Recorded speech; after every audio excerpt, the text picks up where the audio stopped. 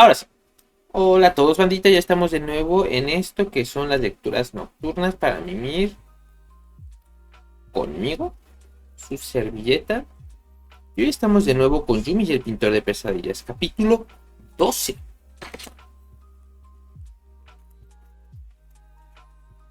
Y dice: me he preguntado muchas veces qué propósito tienen las pesadillas. Vuelvo a referirme a las del tipo normal, no a las del tipo acechador. ¿Por qué las tenemos? ¿Sirven para algo? Tal vez sean una forma brutal de hacernos más resistentes. El ser humano es extremadamente maleable. Pese a la amplitud de mi experiencia, nunca me deja de sorprender lo tenaces que pueden ser los humanos. Son capaces de sobrevivir en casi cualquier entorno. Se recuperan de las pérdidas devastadoras. Pueden estar machacados física, mental, emocional y aún así preguntarte ¿qué tal llevas el día? Quizás las pesadillas son el método que tiene quizás las pesadillas son el método que tiene cultivación de proporcionarnos una forma de sobrevivir al trauma en un entorno extrañamente seguro, o al menos seguro en términos físicos. Una manera de dejar atrás el trauma y olvidar sus detalles, pero retener el desarrollo. Las pesadillas son un Las pesadillas son un sucedáneo de la vida que llevamos a cabo en nuestra propia mente. En ese sentido, las pesadillas vienen a cumplir la misma función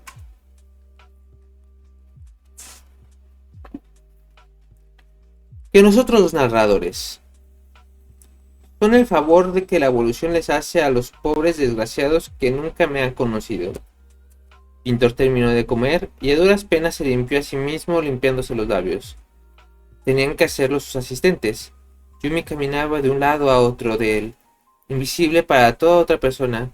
Casi no le había dirigido la palabra desde que la habían despertado. Pintor intentaba una y otra vez cruzar la mirada con ella, pero ella le hacía caso omiso como al mal olor de alguien demasiado importante para apestar.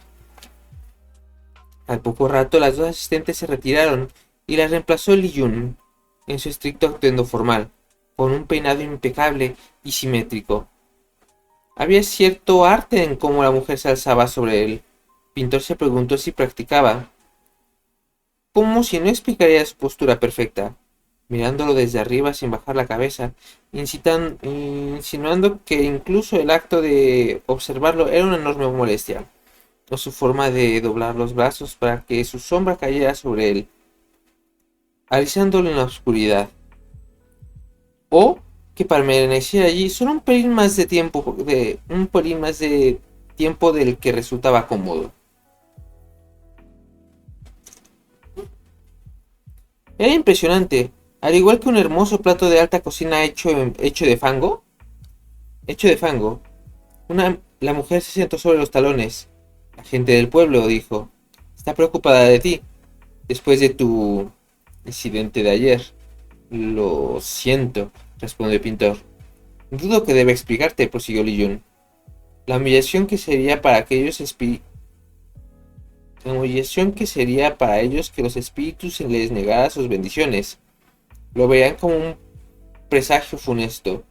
Pasarían a ser el pueblo que hizo que la Yoki Haiyo se derrumbara. El oprobio sería grave. Elegida. Escucha, dijo Pinto. No es que me desmayara a propósito para... ¡No! Intervino Yumi yendo hacia él. Pintor se volvió frunciendo el ceño. La chica por fin reconoció su presencia. Abrió la boca para responder, pero ella lo interrumpió. Repetirás las palabras que yo te diga. No debes interactuar con Yun sin mi guía explícita. Pero... repetirás, dijo ella. Solo las palabras que yo diga. Pintor había admirado la capacidad que tenía Yun de hacerle sombra. Pero por un momento, Yumi eclipsó a su maestra. Llegó junto a él, con los ojos muy abiertos, retándolo, con las manos cerradas en tensos puños, amenazadora. Lo embargó una súbita desconexión. Se vio elevado, podría decirse, a un nivel superior al del entendimiento. como un niño aprendiz de pintor que por fin obtiene la suficiente habilidad para observar a un verdadero maestro ejercitando su arte. El pintor estaba enfrentándose a una imposición que de algún modo era más grandiosa. Aunque Li Jun se había erguido ante él con gestos precisos, la sensación había sido funcional. Yumi era apasionada. La chica tímida que le había hecho una reverencia al capataz acababa de verse consumida por completo por aquella criatura. Pintor se había enfrentado a pesadillas, pero en estos momentos había preferido desafiar a cualquiera de ellas antes que a Yumi. Asistió. Honorable asistente, dijo Yumi, y le hizo un gesto para que lo repitiera. Pintor obedeció. El fracaso es responsabilidad mía por completo. Mi carne estaba debilitada por la necedad de hace 2 días, cuando me esforcé demasiado. Mi alma, no obstante, confía en los espíritus. Es mi más profundo deseo continuar con mis deberes hoy. Pondré todo el empeño en evitar que se repita el fracaso de ayer. Pintor terminó de recitar las palabras y tuvo que reconocer que, con toda probabilidad, era una manera mucho mejor de lidiar con Iyun. A él nunca se le había dado nada bien disculparse por cosas que no eran culpa suya. Siendo sinceros, tampoco era ningún prodigio disculpándose por las cosas que sí lo eran. Hizo una inclinación siguiendo las instrucciones de Yumi. Cuando alzó la mirada, se sorprendió de encontrar a Yumi pensando: esa mujer de verdad parecía necesitar plantearse si Yumi merecía o no el perdón, por desmayarse, después de haberse obligado a servir cuando era evidente que no se encontraba bien. ¿Qué clase de sociedad retorcida generaba personas a las que eso les parecía razonable? Li Jun por fin asintió. Eres sabia, como siempre, elevada. Fingiremos que lo de ayer no merece más atención. Ven, procedamos a la invocación del día como debe de ser. Abrió paso hacia afuera y Yumi fulminó con la mirada al pintor, hasta que echó a andar en silencio tras la guardiana. A continuación dieron otro paseo por el pueblo, tapados por los abanicos, y de nuevo Pintor tuvo que maravillarse de que la gente viviera con aquel calor abrasador. Hasta con los suecos separando sus pies del suelo, lo notaba irradiar, haciendo que su falda acampanada se ondulara con las corrientes termales. Quizás por eso usaban tela tan gruesa en la ropa, para evitar accidentes. Mantuvo la compostura a pesar del calor hasta que llegaron al principio de una cuesta que llevaba al manantial frío. Entonces, un repentino estruendo, como una explosión cerca del centro del pueblo, hizo que Pintor se volviera a contemplar boquiabierto como un chorro de agua a altísima temperatura hacía erupción y se alzaba unos 10 o 12 metros en el aire. La procesión entera se detuvo para permitirle mirar. Era como si allí el terreno fuera tan inhóspito que hasta las mismas leyes de la naturaleza se corrompían. En vez de caer del cielo, el lago descendía desde abajo. Se dispersaba y evaporándose en parte, con un rugido y hasta un tenue gimoteo, como si la torturasen. ¿Se puede saber qué pingas le pasa a este sitio?, susurró. Yumi se interpuso entre él y las vistas. Continúa, le ordenó con firmeza. Pero una Yoki-Hayo no rompe la compostura, dijo ella. Una Yoki-Hayo mantiene el control, la tranquilidad y el aplomo. Si algo te sorprende, bajas la mirada y lo apartas. No te le quedas mirando. No te embobas. No estás aquí para permitirte caprichos. Estás aquí para servir. Yo no soy una Yoki-Hayo, sisió él. No, replicó ella en la forma de habla más baja, reservada para referirse a las cosas como el limo que sale de entre los dedos de los pies. Tú eres un embustero. No, qué cula, me cae muy mal Yumi. Yumi le sostuvo la mirada hasta que por fin se volteó y retomó la procesión. Pintor bullía de rabia. Un poco como aquella agua tan caliente. De acuerdo, había exagerado en algunas cosas, pero no se merecía que lo trataran así. Se había ofrecido ayudar. ¿Ese era el acto de un embustero? ¿O de alguien merecedor de que le hablan del habla más baja? Llegaron al manantial fresco. Pintor se quedó plantado con los brazos a los lados para que sus asistentes le quitaran la ropa. Luego cerró los ojos, sin mirar ni un instante a Yumi, y entró en el agua. Una vez allí, soportó las atenciones de las asistentes mientras se cosía en el cargo del manantial no tan fresco. ¿De verdad era mucho pedir que le reconocieran lo difícil que le resultaba todo aquello?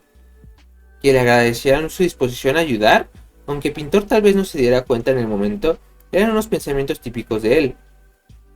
Característicos incluso.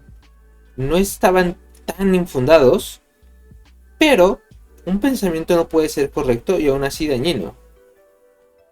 Los numerosos frotes con los diversos jabones y aromas y luego las unciones y los preparativos llevaron más tiempo del que recordaba.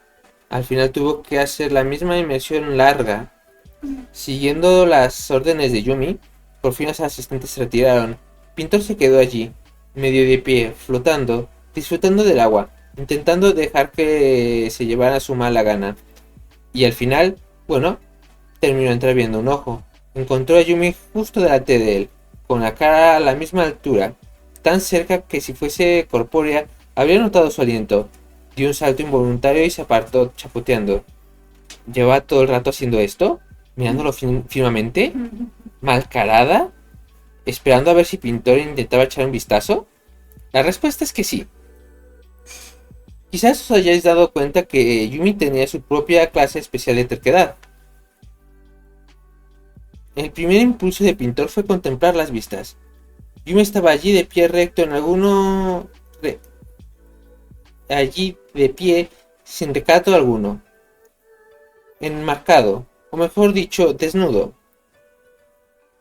Contraste con el comportamiento que había mostrado cuando llevaba puesto la pijama de Pintor. A pesar de que no adoptaba una postura demasiado amenazadora, con el agua hasta la cintura y el pelo mojado adherido a la piel,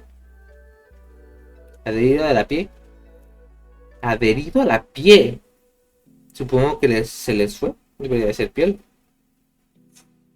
Había confianza en su mirada, así que, esforzándose por controlar sus ojos, Pintor trabó la mirada con ella, dio un paso en su dirección y se inclinó hacia adelante hasta que temió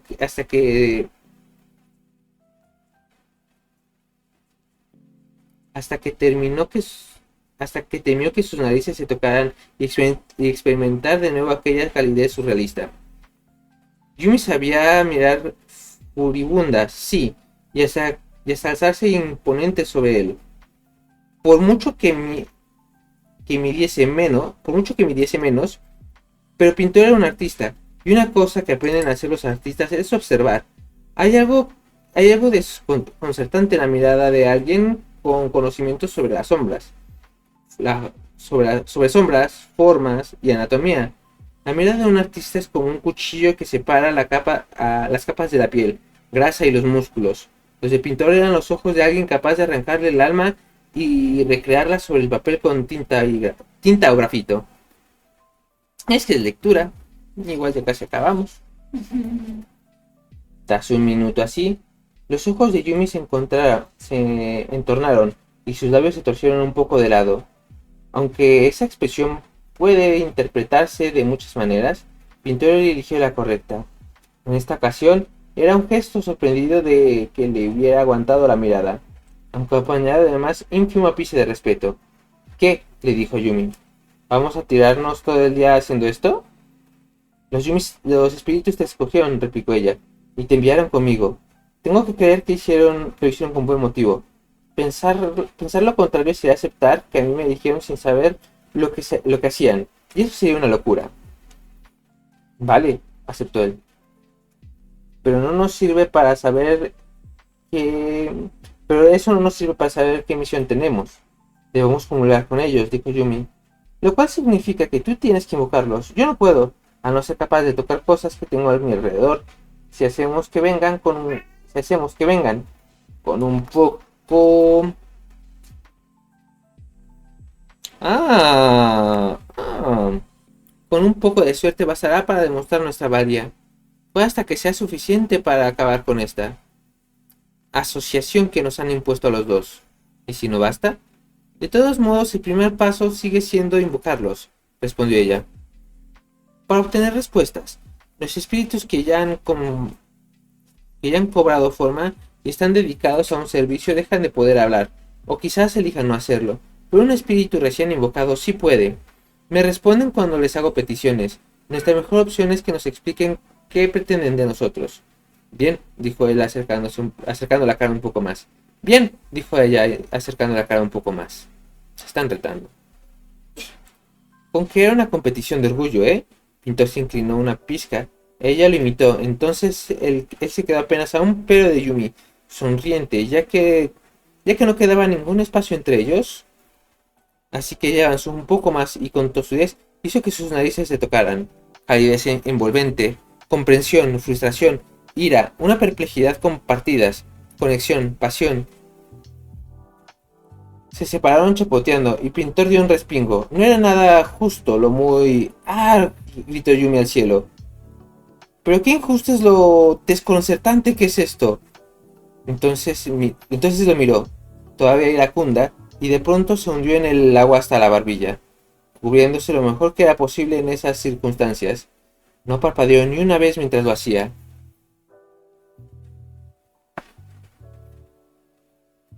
Hay una ilustración aquí, justo que ya casi acabamos, de Yumi Pintor echándose ojitos. Encuerado. Sí, encuerados. ¿Sí?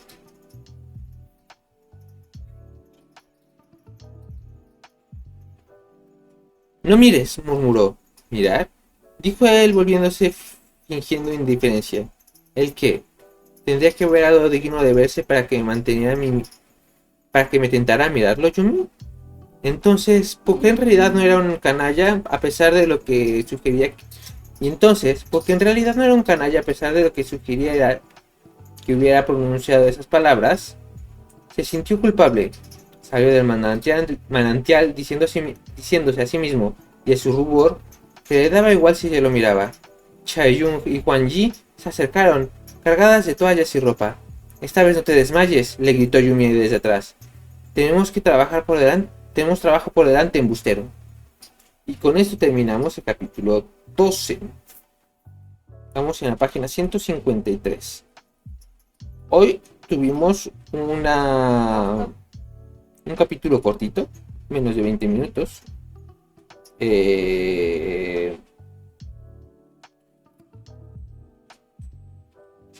Un capítulo cortito y bonito, pero con una ilustración. Yo lo que quiero saber es... Ah, no, aquí dice fin. Y aquí dice epílogo. Otro epílogo, vale, pito. Son 41 capítulos. Vamos en el 13. Ocupamos mínimo 30 días más aproximadamente. En un mes nos terminamos este libro, ¿va? No es cierto, porque no todos los días leemos. Jaja, saludos. 2 meses tal vez. Realmente me quedé con ganas de leer más, pero será otro día. Espero que se hayan divertido y hayan pasado buenas noches. Hayan pasado buen día, mejor dicho. Día de las Madres, para. Dejen pongo pausita acá.